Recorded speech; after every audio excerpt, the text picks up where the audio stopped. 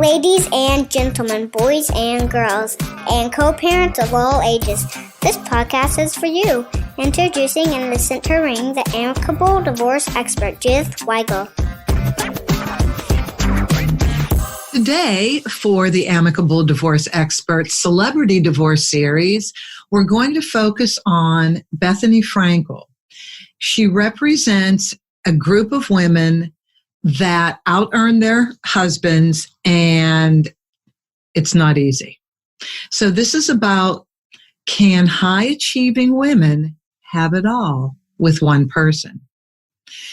Years ago, when Bethenny started on The Real Housewives of New York City, she was saying to Jill, one of the castmates from the first season, I want to have it all. I kind of want to be like Martha Stewart, but married. I want to have it all. I want to have a great husband. I want to have a great family. I want to have a great career and a business. Well, she had all of it, but not with one person. And I remember when she was saying that, I thought, okay, this is great. You know, I love to see enterprising people. But with women, you're walking a tightrope when you out-earn men.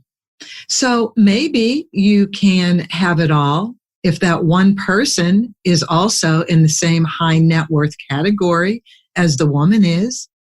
But when the woman significantly out-earns the man, even though the man may make a really good yearly income, the tendency is for the woman to look down on her man for not either exhibiting the drive necessary to be a multimillionaire or make more than a good average income, respectable income. It's just the nature of the beast. It's the nature of the type quadruple A person, which, by the way, Bethenny is, high achievers who compare themselves to their men. We can't help it. It's the way it is. We always compare ourselves to people, and we're always going to compare ourselves to our husband, even if it's a traditional marriage. And the woman stays home, the man goes out to work. You will compare what each of you does in the day and what's more important and who should have more sympathy at the end of the day, right? I think so. So I wanted to read you a very brief article on women and divorce rates who are higher earning than their husbands. And I'm focusing on not on gay and lesbian marriages, on heterosexual marriages, because this only comes into play, I think, with heterosexual marriages. You can argue with me if you want, but I think that's the way it is. So this article is titled, Divorce Rates Affected by Women Out-Earning Husbands. Relationships between men and women are evolving. While much of these changes are welcome, there is no denying that some people are able to manage them better than others. As women continue to excel at their careers, there are many couples that see traditional gender roles flip. The women are earning more money than the men. If this describes you and your partner, you might have concerns about how this will affect your relationship in the long run. Though it is not a guarantee, researchers are warning that when women out-earn their husbands, it raises the risk of that marriage ending in divorce. Changes in the air. The most recent findings from the Bureau of Labor Statistics say that over a third of wives in the United States are earning more money than their husbands. A third of wives in the United States are earning more money than their husbands. That's significant. Though this is welcome news for many people, there are still very strong societal norms that say men should be the family breadwinners. Further, it could make a couple more likely to divorce. When a man doesn't work full-time, he and his wife have a 33% higher risk of divorce. Or when a man doesn't earn as much as a woman. These findings seem to line up with pervasive attitudes that say it is the man's job to earn money. Well, it's everybody's job to earn money in my book. Only 25% of respondents to a Pew survey think it is extremely important for mothers to financially provide for their children, but 40% hold that same standard for fathers. Sorry, there's a typo in the article. But 40% think that those same standards are for fathers. 3/4 of survey respondents claimed that raising children is more difficult due to women being part of the workforce. Well, this is me talking. Yes, of course, raising children is more difficult. If both parents are out of the house and working, and the children need after-school programs, if you can afford it, they need a nanny, they need to go to other children's homes. So extra care has to be taken for the children between when they're out of school and when one of the two parents can pick them up. Though women's salaries are rapidly changing people's beliefs about that fact, women should be at home, men should be earning money, or the difficulty in raising children is when both people work. These statistics are catching up to reality. Why would this affect divorce rates? Experts speculate that older generations Experts speculate that older generational beliefs about women's roles may influence how husbands and wives feel about one another's earning potential. The fact that women still frequently encounter a glass ceiling in the workplace can also convince men that it's normal and even preferable for them to earn more money than their wives. Well, how can you stop that?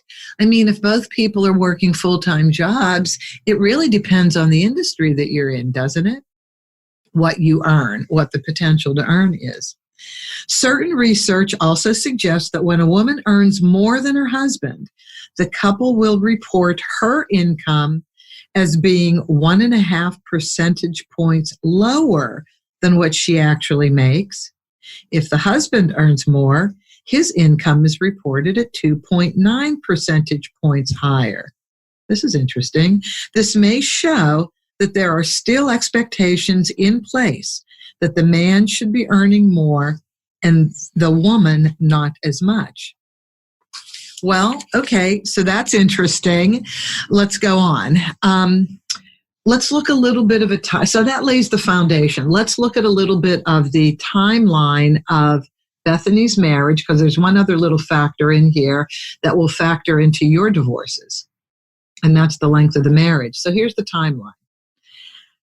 Bethenny met Jason Hoppy in 2009, and we actually saw it on The Real Housewives of New York City. They married in 2010 and gave birth to their daughter, Bryn, in March of that year. Separated in 2012, Bethenny filed for divorce in January 2013. A custody agreement was finalized in June of 2014, followed by a financial settlement in July of 2016. Divorce finalized for real and without any other issues, one would think, in January of 2021. That's this year. Custody revised to sole legal custody to Bethenny and primary physical custody to her too, because of inappropriate behavior around Bethenny and Bryn by Jason. Okay. Short-term marriages are the most difficult marriages of all. And here's why. The marriage didn't last long enough to actually have reasons to divorce, like reasons that you see after living together a long time. The shorter the marriage, the worse the divorce. I see it all the time in my office. When you divorce in a very short-term marriage, like 3.5 years, God, even less is worse, it's because your hopes and dreams have been dashed before you even get an opportunity to enact them. You don't have the opportunity to grow a little bit. Everything's so fast at the beginning of a marriage, especially if there's a child. And obviously, by the timeline, you realize Bethenny and Jason got pregnant before they got married. But great, they got married, they had Bryn. So everything was fast, and Bethenny was on this enormous fast track to succeed. And I'm going to read her background to you in a second. But just to finish this thought about why do short-term marriages become so difficult to deal with, it's because hopes and dreams are dashed quickly. We all have hopes and dreams when we get into a marriage. We have hopes and dreams that we formulated when we were younger. We have hopes and dreams that we formulate as we get older. Maybe we didn't talk about them enough, hard to say. And if both people are busy, oh my gosh, how can you catch a breath? So that's the timeline. And by the way, the timeline is slightly different depending on the articles that you read, but basically that's it. Now let's look at the aspects of the divorce that came up. And one in particular, I'm going to read you some statements from. So there was a prenup, and that's the article I'm going to read in a second. There was interim/temporary child support, change in custody, long-term child support, division of assets being the financial statement, and I have no idea how spousal support factored in because they were only married 3.5 years.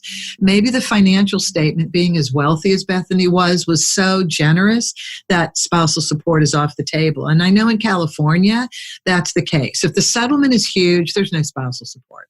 You can invest what you earned and make more money than spousal support. But I did a $25 million settlement some years ago. The people were so agreeable. It was a very long-term marriage. Their kids were teenagers. They split it down the middle, 12.5 each. No argument. It was a long-term marriage. The husband was a financier, knew how to make money, and just without disagreement said, let's just split everything down the middle. I can always earn more money. Love that.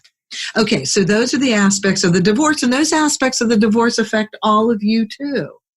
I want to read from this article regarding the prenup. I think this is so interesting what Bethenny said, because this really addresses a high-earning wife and a less-earning husband, even though the husband is making a decent salary. So here's what she said when being interviewed in an article earlier this year for people.com, peoplemagazine.com. And I quote, I ended up marrying someone who was just a regular person, who seemed like they could handle all of what's going on with me, because believe me, she was already in it, in her career, and she was famous before they met, who could handle all of what's going on with me and being in reality television. Okay, so that's huge unto itself. Reality television. I mean, everybody gets divorced. It's the rare couple that stay married who are in reality television. It's uncanny. But if your relationship has holes, if your relationship has issues, going on reality television is your death knell. And apparently, Bethenny and Jason had holes in their relationship. And, she continues, I was sort of proud of myself for just marrying someone who had a simple life. And they didn't come from much, and so they would never want anything from me. Okay, footnote. Jason's parents were on the show.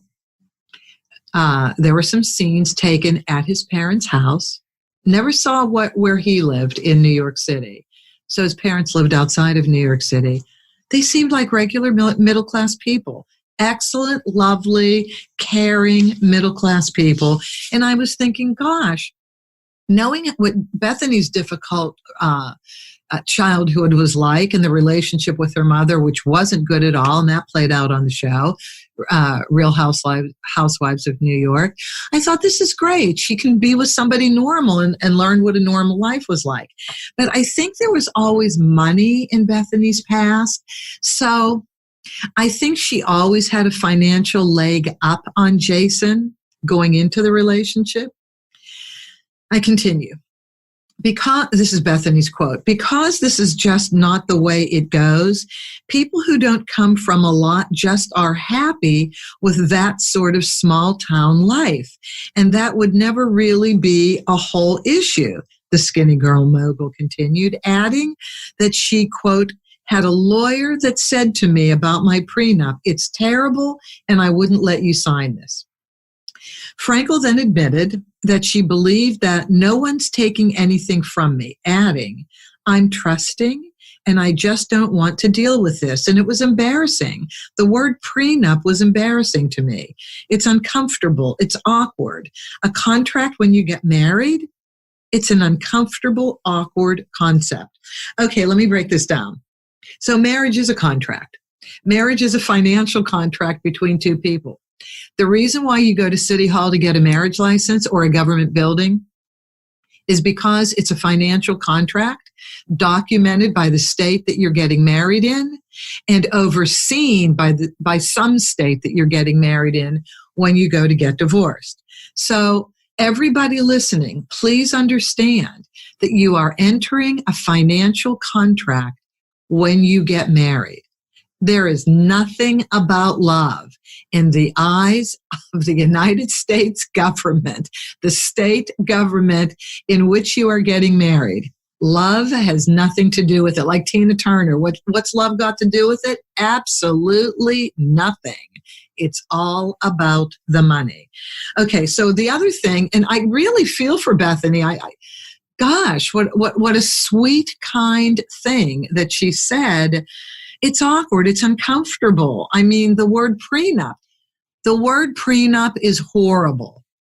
That's from me, not Bethenny. But I get what she's saying, and I'm thinking, God, that's so nice of her to even think like that she wanted to marry somebody who did not have the ambition that she did, who did not already have the financial means that she had, although Jason was supporting himself, supposedly. That's how he was represented on the show.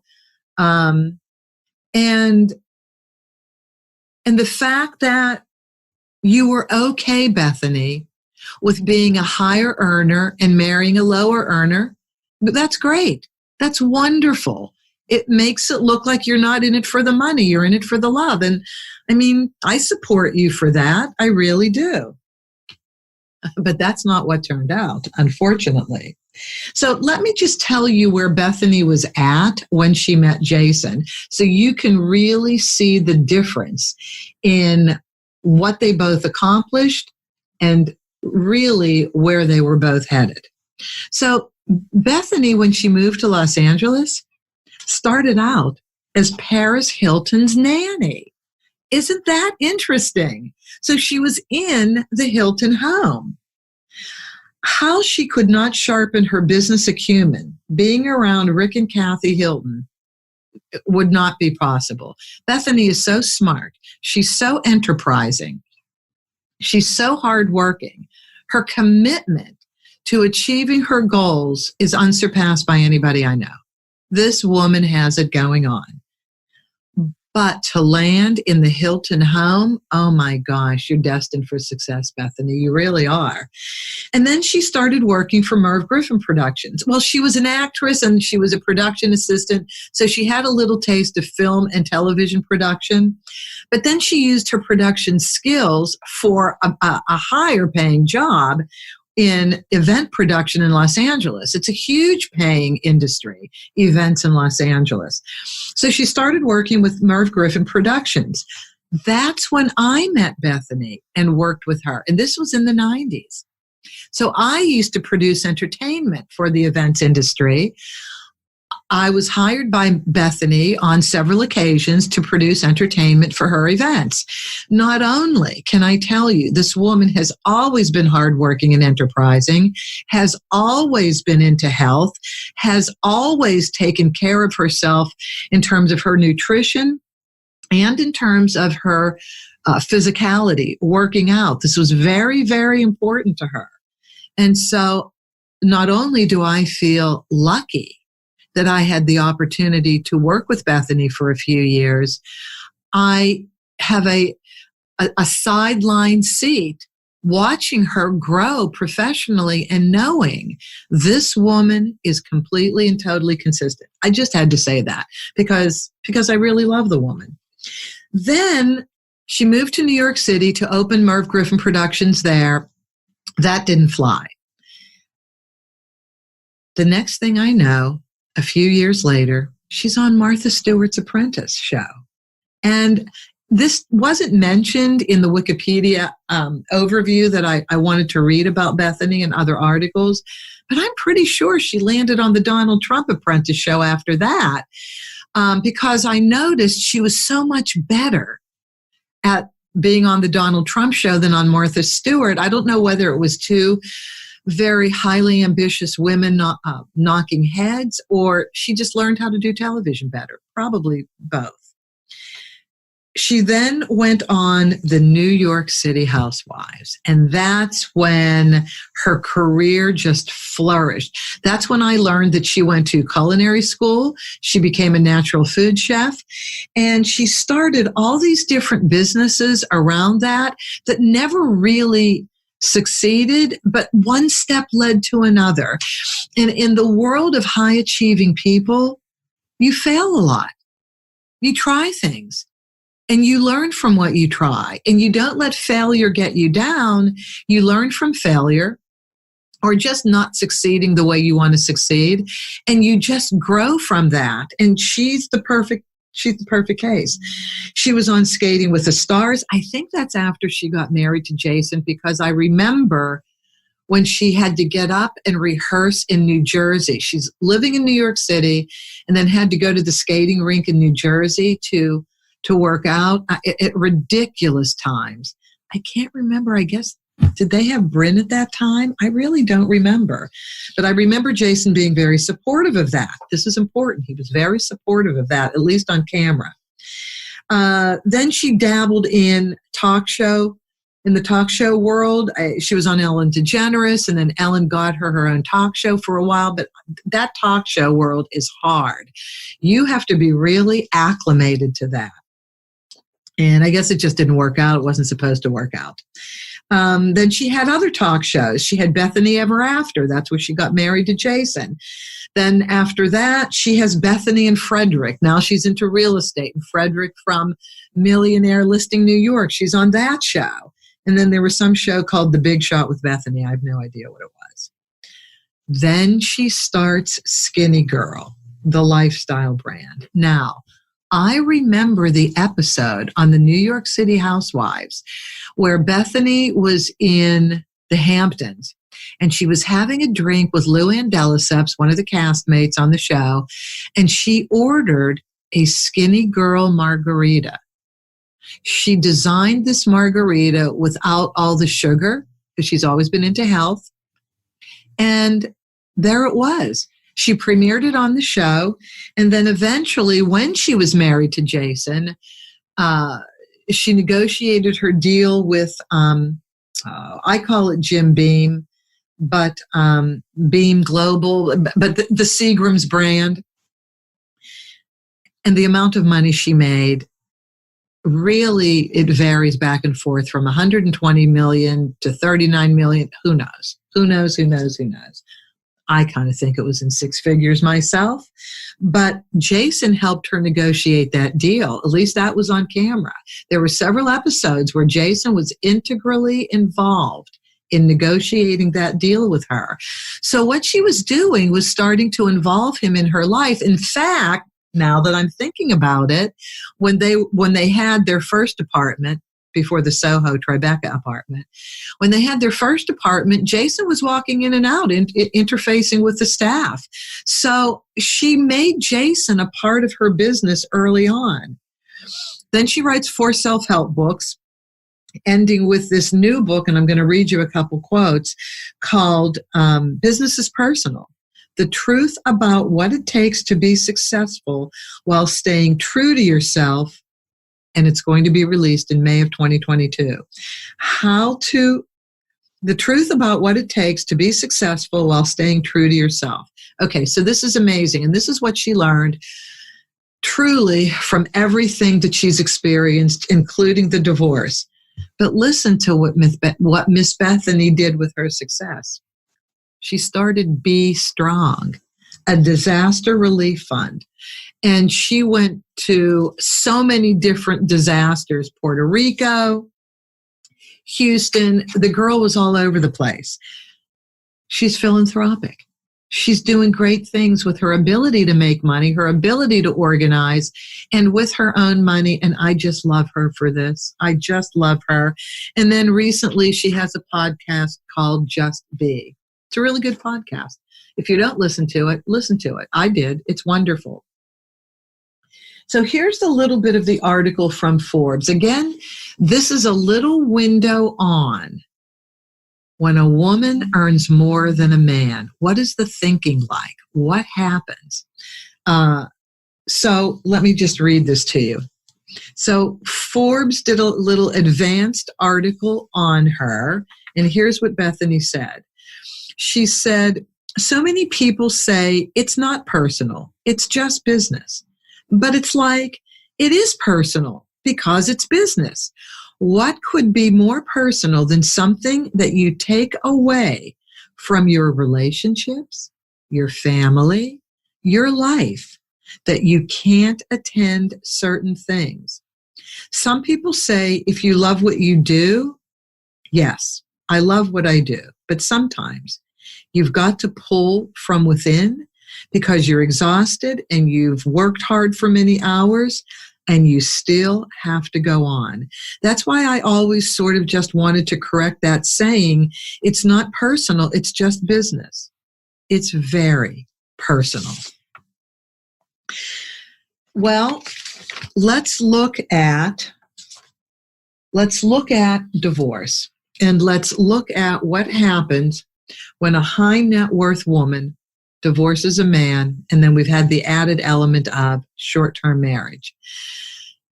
My view of marriage in type A people is this. I live in Hollywood, the land of type A. People in the entertainment business work round the clock. They also have families who they see infrequently. I always wondered why people create families if they aren't going to be with them.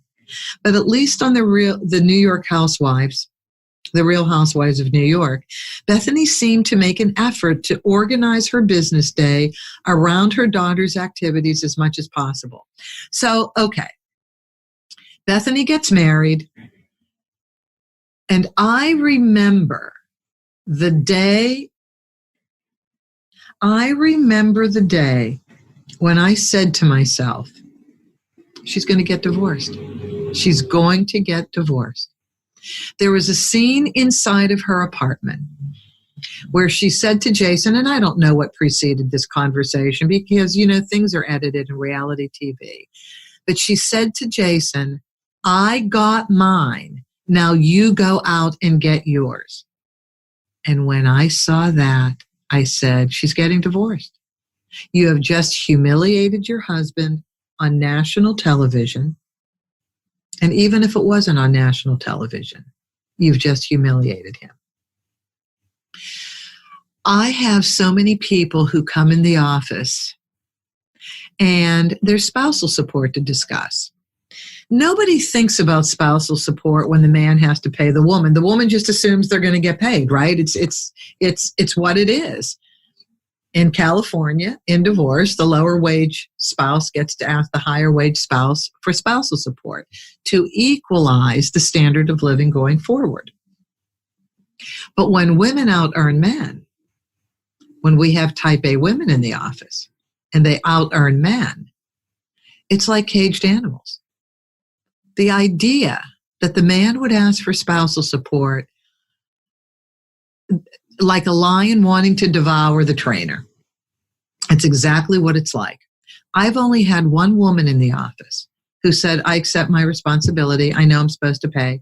Just tell me what it is. Let me deal with it. One woman in 10 years. On the other hand, I remember this one couple, lovely couple. He always worked like 60 to 80,000 a year. She earned more because he loved his job and he was building his retirement. He had standard hours. He came home. He cooked. He took the kids to their activities. He helped them with homework. He loved being a dad. He loved being a family man. He contributed, didn't miss any work, and she never said he did. She always agreed, no, he always worked. But she earned more.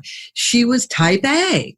she pushed herself and got more education and got more skills and talents and reasons to hire her and make more money, and she was a speaker. So when it came time for the spousal support discussion, she was appalled, and that's a quote, she was appalled that a man would be asking a woman for spousal support. So ladies, of course, I'm a lady. I want to earn as much money as I can, and I want all women to earn as much money as they can. But you have to realize that cultural norms haven't changed, and your level of expectation when you have to get a divorce is going to be the man won't ask you for anything, and that just isn't the way it is. Some men don't. Some men say, I really don't care. I earn enough money, I'm fine. And if there's no children, who cares? But when there's children and expenses, it seems to be that men do care a little bit more. And in the case where the gentleman who always earned a living, but his wife earned more and she was out speaking and he was really Mr. Mom, he actually said, because I said, please don't use the word fair. Please speak from the heart. Please explain why you're asking for spousal support. And here's what he said. He said, I thoroughly enjoyed coming home every day, cooking dinner, being with the kids, taking them to their activities. I really didn't feel disadvantaged by doing that at all. But I allowed you to go out and work. I allowed you, by not complaining about you not being around, to earn whatever you wanted to earn, to be whatever you wanted to be, to grow in any way you wanted to grow. I allowed you to do that. And so I would like to reap the rewards for that and equalize the standard of living. And that's how she finally accepted it. I mean, they fine-tuned the amount, they negotiated, but they eventually came to a number. But he said the right thing. And a woman would say that to a man. If a man didn't want to pay a woman spousal support, the woman would say, look, I allowed you to go out and earn all this money, be a doctor, be a lawyer, be a this, be a that. I allowed you to do that. I stayed home. I raised the kids. I took care of the house. I was happy to do it. But now we have to equalize the standard of living, and we do it through spousal support. And therefore, I'm requesting it. And once requested, it has to be paid. Unless you just did a $25 million split settlement, then it doesn't have to be paid. So I've always wondered why type A people, I want to have it all. I want to have a fabulous marriage, a fabulous family, a fabulous career where I make unbelievable amounts of money. I wondered how you really think it can work. Because there has to be give and take. There just has to be. And you have to understand women. If you are those triple type A's, quadruple type A's, that just don't stop. And Bethenny just doesn't stop. God love her for that. You just can't marry the average man. As wonderful as that average man may be. You just can't do it. So now, Bethenny is with men more of her own ilk, driven entrepreneurs, high achievers with high net worth. At a certain point, both parties don't have to make the exact same amount of money, but they both have to meet a threshold in which no one would say, I have mine, now you get yours. So yes, you don't have to be making the exact same amount of money. When you're multimillionaires, you're multimillionaires. So at a certain point, you can do whatever you want. It's just the fact that you're in a certain 7-figure category, maybe 8. That really does make a difference. It really does make a difference. So about after all is said and done, and Jason was seen negotiating the deal with Seagram's, Beam Global, that's the name. And there was lots of money on the table. There had to have been a decent settlement. But I don't believe Jason ever got over the humiliation. If I was reading this correctly when I was watching the show, I don't think he ever got over the humiliation. So now you have two things. You have a short-term marriage where hopes and dreams are dashed quickly. So there's anger, at least on one person's part, if not two. Like the lower earning spouse is always the angrier spouse. That's what I've seen in all short-term marriages. And then you have the issue of higher earning spouse, lower earning husband. Once their daughter Bryn was born, Jason was seen as very supportive of Bethenny when she was moving forward with her high-profile career at the beginning of the marriage. So when did it go south and why? I actually don't know. But possibly Jason was only serving as a husband and dad and no longer part of Bethenny's business life. And maybe that's the thing that did it. Maybe she froze him out of her business life. And then that was the final straw. I'm just guessing on this one. But I want to move into, if this is your situation, if you're already married and you are a higher earning woman, lower earning man, how do you not turn the divorce tumultuous? Like you're going to get divorced. Unless you really get couples therapy, unless somehow you can get over those cultural norms and the woman can accept there's nothing wrong with your husband because he doesn't earn as much money as you. There's absolutely nothing wrong with him. As long as he earns a livable wage, and you have to earn a decent livable wage to live in New York City or Los Angeles, right? As long as you're earning a good livable wage, and you're contributing to the household, why do you have to earn as much as the woman? Well, you don't, from your point of view. But most women at some point, depending on how much they make, are in this other stratosphere now. And you better look the part if you're the husband. You better act the part if you're the husband. You better be able to go to these high-level events. And when you're asked what you do, you better not be embarrassed about what you do. This is something that really has to be reckoned with. It really is. Or you're going to get divorced. It will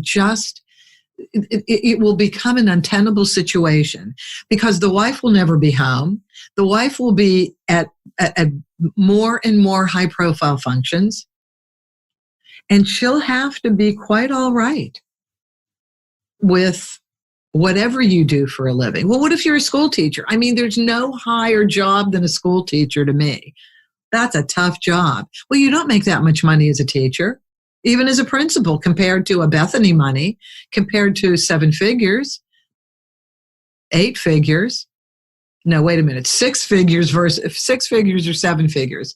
Yeah.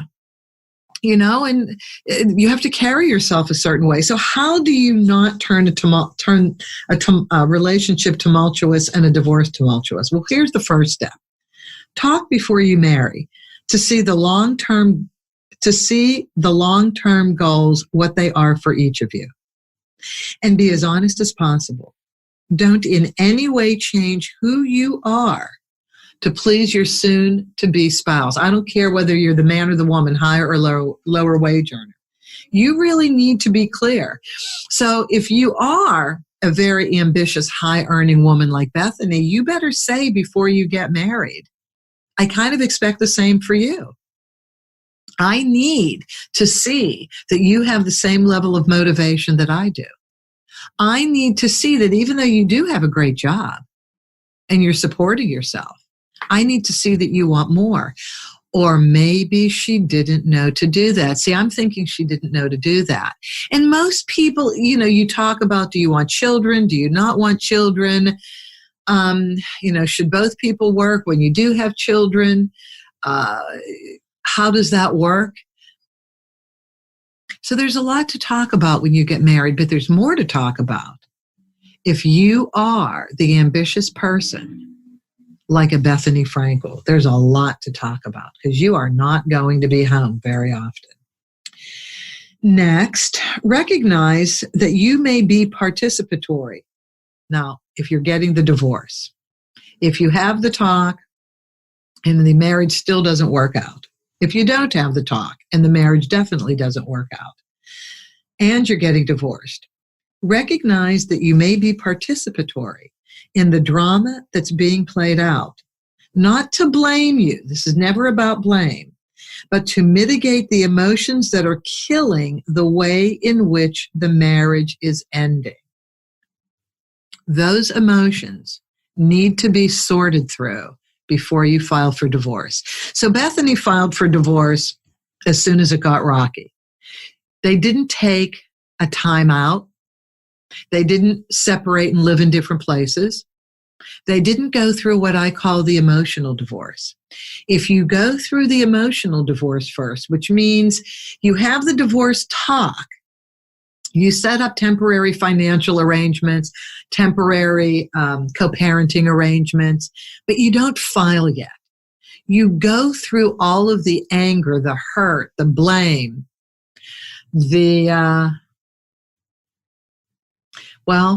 forgiveness. Do I say forgiving yourself, forgiving the other person? There's 7 stages of grief you have to go through in the emotional divorce. We'll do a whole podcast episode on that coming up. You have to go through the 7 stages of emotional grief.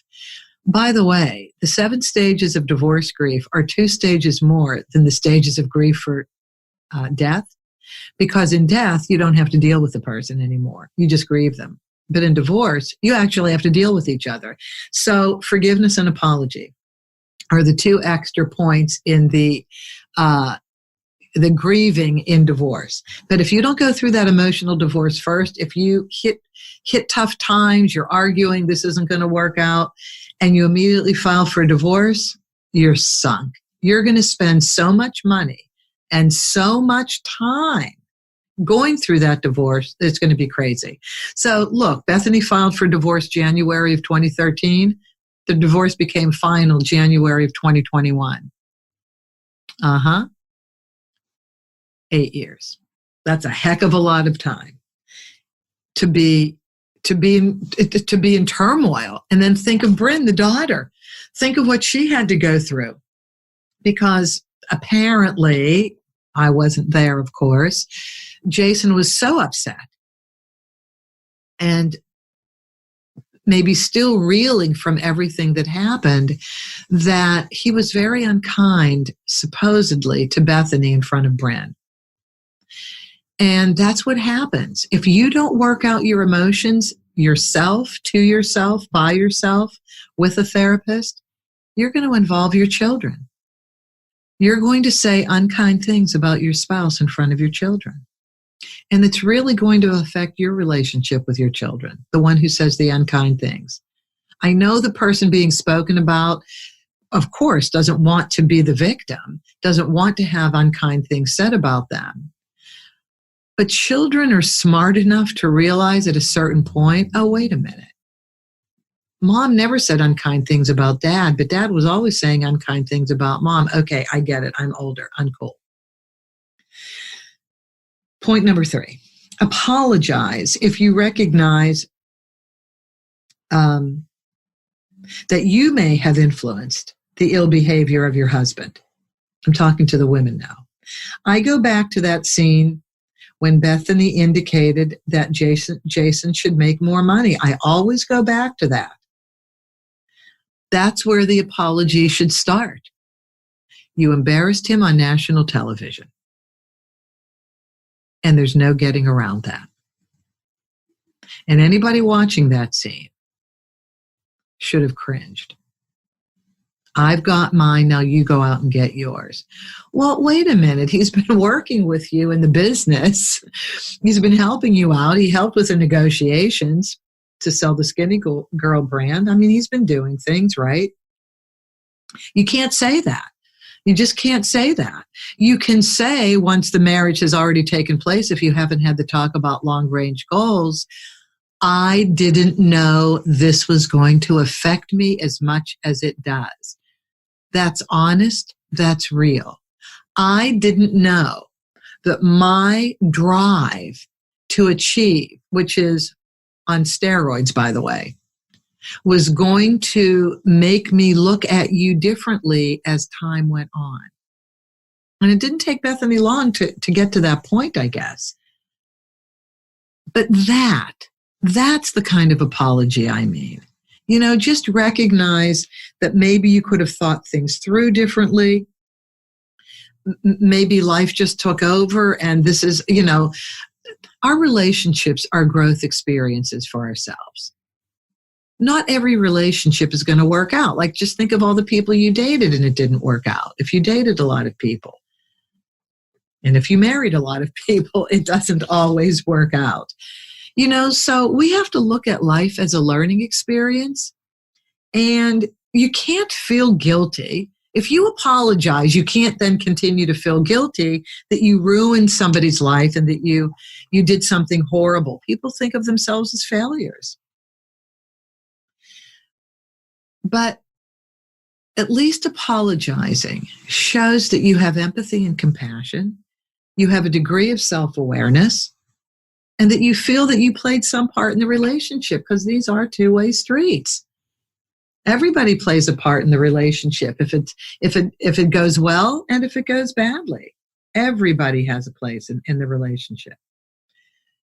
And lastly, if it's really horrifying, if it's unbelievable, if it's death con, and if the lawyers are making lots of money because of your divorce, and you didn't go through the emotional divorce first, and there's lots of arguing, and nobody's apologized, and nobody has self-awareness, and nobody's forgiven each other, then the person who makes more money can say this: what price will it take to end the divorce?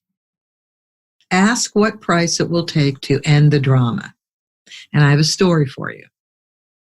So earlier this year, I was in urgent care. I found myself in urgent care a few times because I had high blood pressure. And that really makes you sick, by the way. High blood pressure really is a killer. And maybe if you have high blood pressure and it's been undiagnosed, maybe that's, an issue in the marriage, because it makes us behave differently. So I'm in urgent care, and they're doing a ton of tests, and the attending doctor asked what I did for a living. When I said I'm a divorce mediator, and of course there's a lot of stress, therefore high blood pressure, along with eating improperly. When I said I was a divorce mediator, the doctor who attended to me said she wanted to share her divorce story with me. She out-earned her husband. They recently got a divorce. They had a minor child. It was very tumultuous. And the lawyers were making a ton of money. And she's like, you know what? I make a lot of money as a doctor, but I'm not giving it to these attorneys anymore. No offense, attorneys. I have wonderful attorneys in my life. And they agree that the attorneys should not be the ones making out. The people should keep their money, just stop arguing, let them file for you, and let's get this puppy down the road. It was tumultuous, and in order to end the filing process, she said to her husband, name your price. Tell me what you would want to end the divorce. He did, and without batting an eye, she said, okay. When she agreed to his price without negotiating, he was shocked and added in, well, I would like a vacation to Hawaii. And she said, deal is done, let's write it up. And they got divorced. So, lesson to be learned here. And thank you, Bethenny, for giving us a wonderful example of a wonderful human being, high achieving, who not only was able to show us how you take a series of business experiences, some work out, some don't, and you just keep putting one foot after the other, and you keep doing and doing and doing. You have a clear goal for yourself. She was always into health. I know. How does alcohol factor into health? This is the one aside that I thought was really interesting and so disparate, and that is this woman has truly been into health her entire life. She made her first millions on alcohol.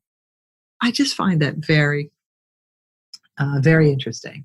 So anyway, thank you, Bethenny, for being the marvelous human being who you are.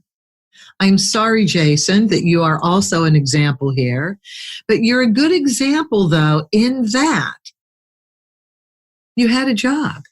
You made money. You just didn't make as much as her.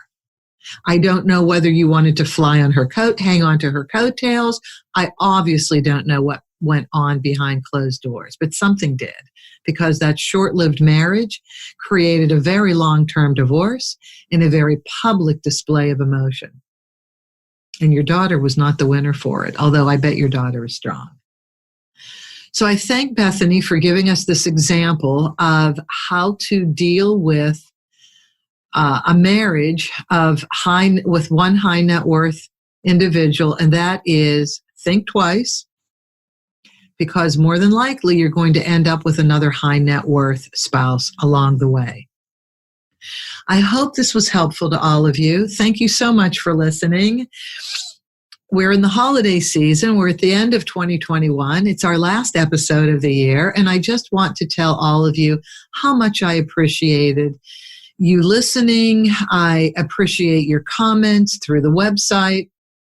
I hope this has been helpful, and we will have more and more topics for you to not only improve the divorce, to make it amicable, that's our goal, but to maybe get you to pause and think before you even get married. And maybe with this podcast, there'll be some divorces that will turn around and stay married. Who knows? But I wish you all the best going forward. Have a happy, happy new year. And I will see you in 2022. And yes, 2022. And as always, have an amicable life. That's our show for today. Thank you for joining us. Be good to yourselves, be kind to your spouse, and cherish your children above all else.